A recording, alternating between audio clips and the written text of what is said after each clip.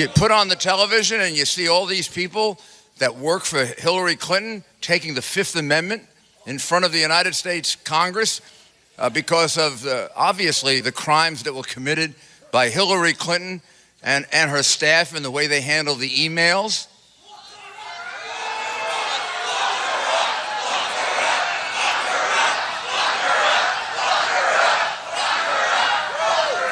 I mean, it really is to me, it is a source of tremendous disappointment that the Department of the United States government that I served for 15 years of my life, the Justice Department, has perverted itself so much that it was unable to bring that case against her when I know in my heart that that case would have been brought against anyone else. I mean, that is what you call corruption of government. That's what you call corruption of government. Also, the way in which Hillary Clinton used the Clinton Foundation and the State Department.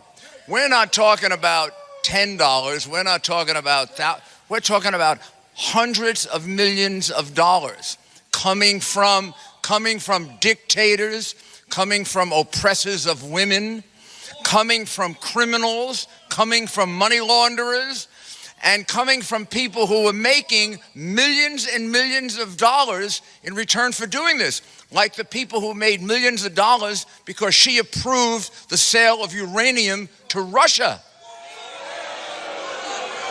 What Secretary of State would approve the sale of uranium to Russia? You use uranium to make nuclear weapons.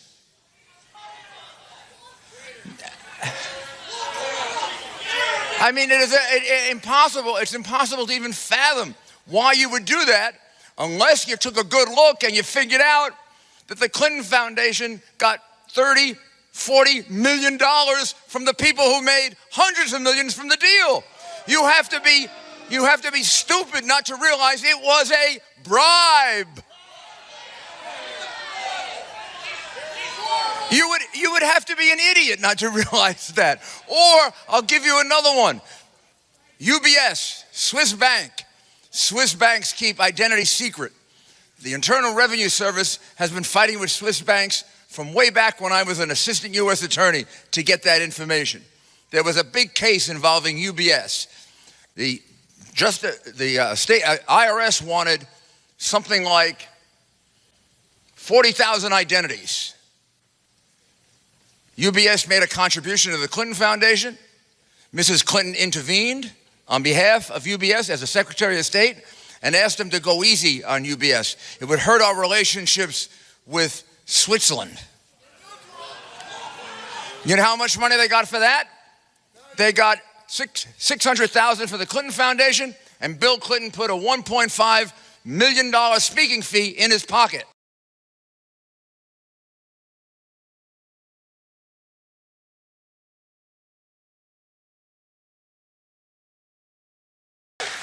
While my opponent slanders you as deplorable and irredeemable, I call you hardworking American patriots who love your country and want a better future for all of our people. Her comments displayed the same sense of arrogance and entitlement that led her to violate federal law as Secretary of State, hide and delete her emails. I mean, think 33,000 emails, and that's just one batch. It's a lot of wedding talk. It's a lot of wedding talk. Put classified information in the reach of our enemies, lie to Congress, and sell government favors and access through the Clinton Foundation. It's this attitude of arrogance that explains why Hillary Clinton made 13 phones disappear, including with a hammer. And you can't miss this. I put Hillary's methods to the test. See, I got a big hammer as justice rolls on. So the FBI couldn't see them, and why she bleached her emails after a congressional subpoena. That's after the subpoena came. This isn't before. That's after the subpoena came. Now the people who destroyed the emails are all pleading the Fifth Amendment in front of Congress today. Have you seen what's going on in front of Congress? Fifth Amendment, Fifth Amendment, Fifth Amendment. Horrible. Horrible. And will anything happen? That's going to be the question. We'll find out. Anyone watching today's hearing in Congress knows that Hillary Clinton's actions are far more corrupt than we ever imagined. It's happened today. This is far bigger and a far bigger scandal than Watergate ever was. But with Watergate, we had justice. We had a Justice Department that went after the people. Here's something that just nobody's ever seen anything like this, folks. What we're witnessing is a first. We've never, ever seen anything like this. This is a scandal that threatens national security and that involves a multi-million-dollar pay-for-play scheme between the Secretary of State and her foundation. Whether it's her emails, her disasters in Iraq, Libya, and Syria, or her failures on the economy, of which it's been disastrous, Hillary Clinton lacks the judgment, temperament, and moral character to lead this country. She does. You know it. Everybody knows it. Everybody knows it. In the words of a Secret Service agent posted outside her office, she simply lacks the integrity and the temperament to serve in the office. From the bottom of my soul, he said, I know this to be true. The policies of Hillary Clinton have produced death, destruction. Overseas, it's been disastrous. No matter where you look, everything she's touched has been a disaster and produced only failing schools, rising crime, job loss, shrinking incomes, and tragic poverty at home. You want 4 more years of it? Had a feeling you might say that. Appreciate you all being here. I got to tell you, though, I wish I didn't have to compel you all to be here. We asked you as legislative liaisons to come participate with us, in which you refused. So the Committee on Oversight will come to order, and without objection, the chair is authorized to declare a recess at any time. We have a couple goals for the hearing in our investigation and our need to do our constitutional duty. One, the FBI needs to produce its full investigative file to the United States Congress. And I mean the full file, not just the parts the FBI deemed relevant. Right now we only have the 302s handpicked by the FBI.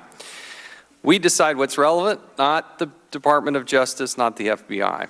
We're entitled to the full file. 2, all unclassified portions of the file should be released to the public as quickly as possible.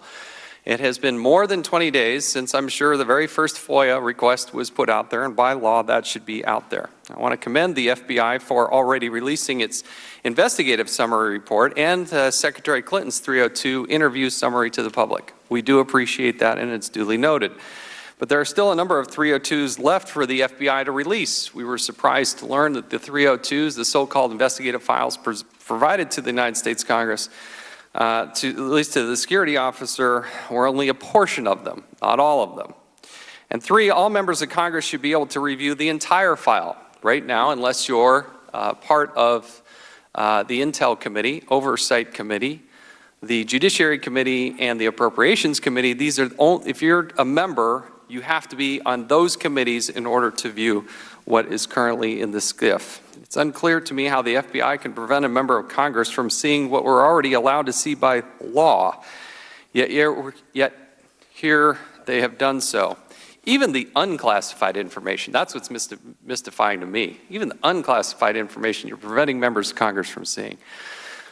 But we do believe we should be able to see the file and the whole file. And it's disappointing that we are here today. We have a number of questions about the redactions, the classifications.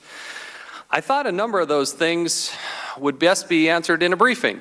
You know, Elijah Cummings, the ranking member here, has made a point on several occasions that rather than just going right into a hearing, let's go to a briefing.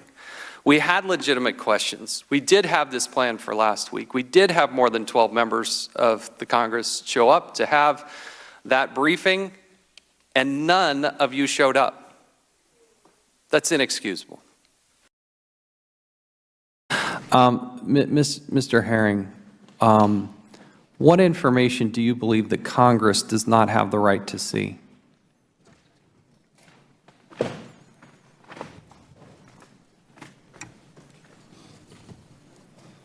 So we believe it's important for our oversight committees to understand how the FBI reached our conclusion. No, wait. I'm asking you a philosophical question here. What does Congress not have the right to see?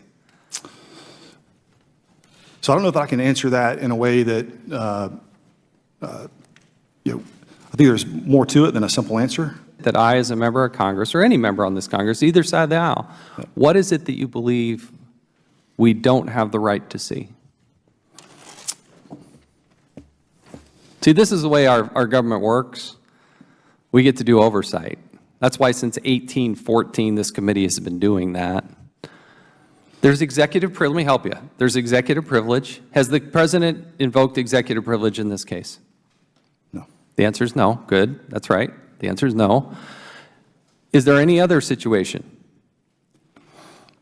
Look, when it comes to classified information and the classification that deals in the executive order, not all the information that we have in our files belongs to us. We defer to other agencies when it comes to access to their classified information. But you are the ones that put redactions on personal identifiable information, correct? We did on the personal identifiable information, that's correct. Where in the Constitution does it say that I can't see that? Does it address it specifically in the Constitution? So, can you cite any legal case, any precedent that says that Congress can't look at personal identifiable information? I cannot cite any legal case.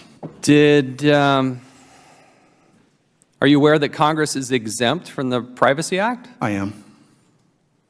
Does the FBI treat congressional document requests as FOIA requests? No. Will the FBI provide Congress all of the 302s? All of the 302s, we have one set that you've been provided already. The rest of them are coming through the FOIA process. Wait. Yep. We're not, FOIA process? You mean I got to fill out a FOIA request? You can. Not necessary. When, here's the problem. You handpicked the 302s to give to us. My understanding of discussion with staff, and I appreciate your accessibility with the staff. You've been good, and you're new, and for your first time hearing, this is a tough one, but the reality is you should give us all the 302s.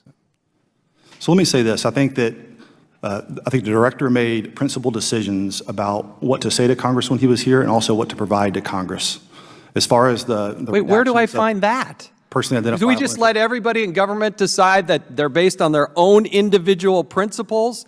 That's what see, it's trust but verify is how it works. You don't get to decide what I get to see. I get to see it all. I was elected by some 800,000 people to come to Congress and see classified information. I was elected by my colleagues here to be the chairman of this committee.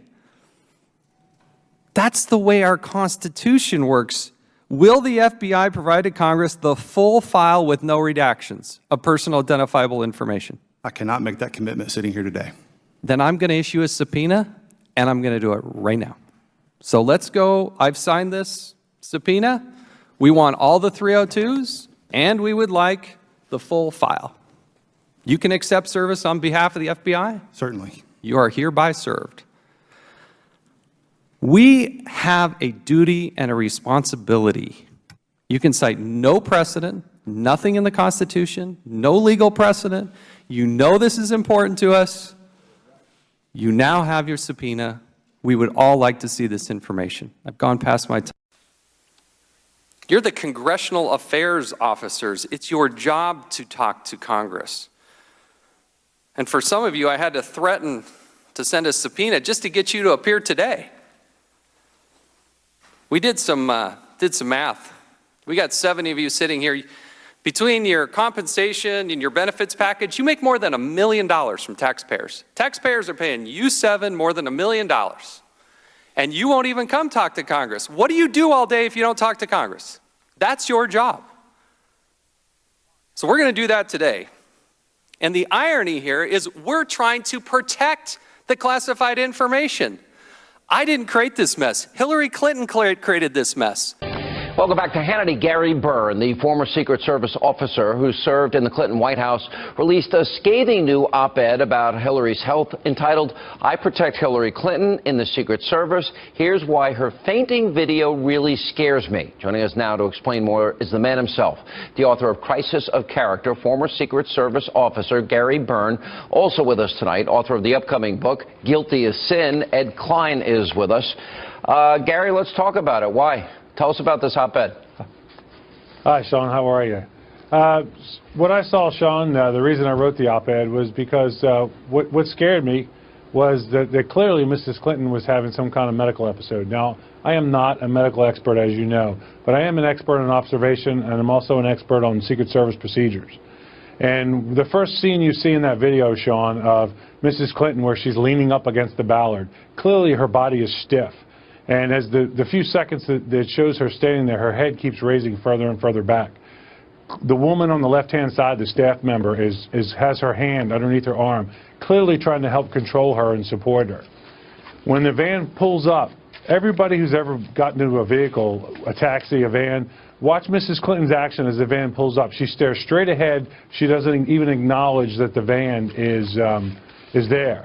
And then the African-American agent walks around to the van, Sean. He opens the door and then steps back and grabs Mrs. Clinton's left arm. The bald agent, who I believe is the shift leader, does something that's pretty unusual. He walks between the open van door and the protectee. And the reason he does that is because he knows she can't move without his help.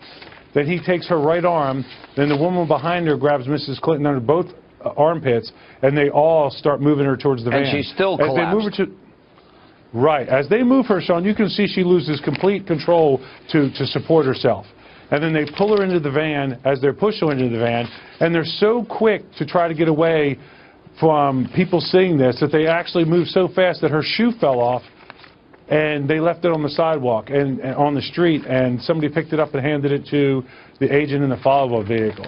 This disturbs me greatly. Are you worried at all about the Secret Service's handling of this? I mean, I hate to be critical of them. I do have my pin up here, and they do a good job, and they put their life on the line for all of our national leaders, and it's an important job. We've got to protect them.